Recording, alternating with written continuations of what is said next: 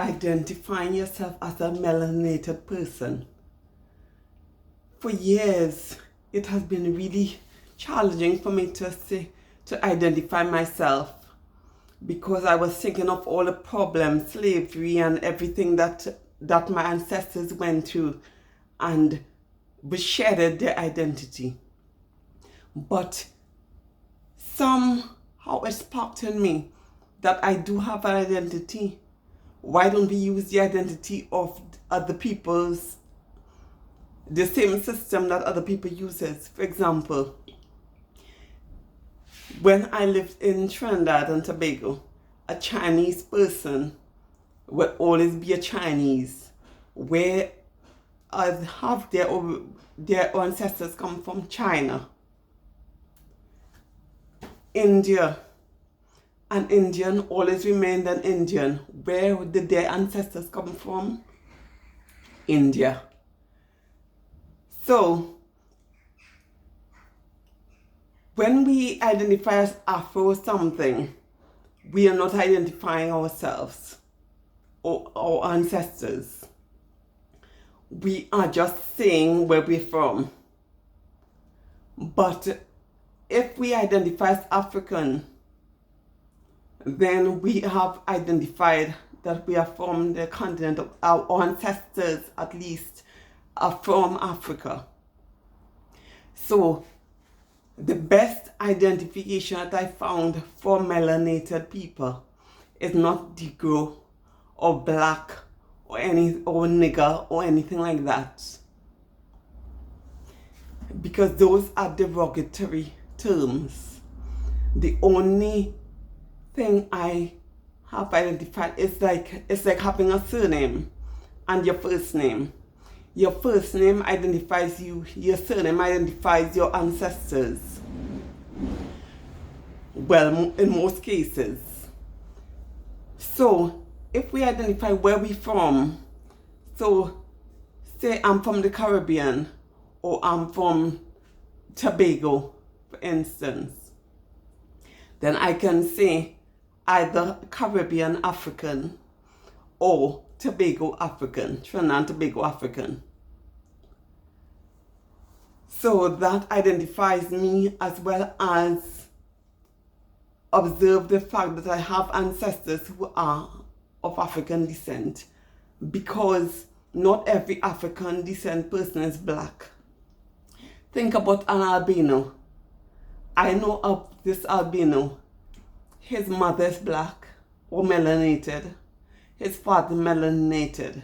But he is white as chalk. So what do you call him, black? That's absurd. Because black is a shade. Sure, some people are very dark melanated, very melanated. But there are those who are lightly melanated as well. There are those who look like the so-called white, but if you look in their background, their parents are probably one probably black, one probably white, in quotations.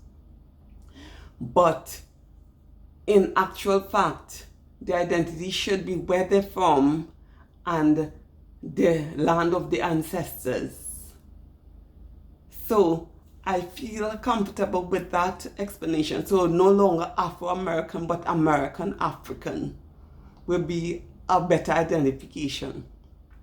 It means that you are from America, but your ancestors are from Africa.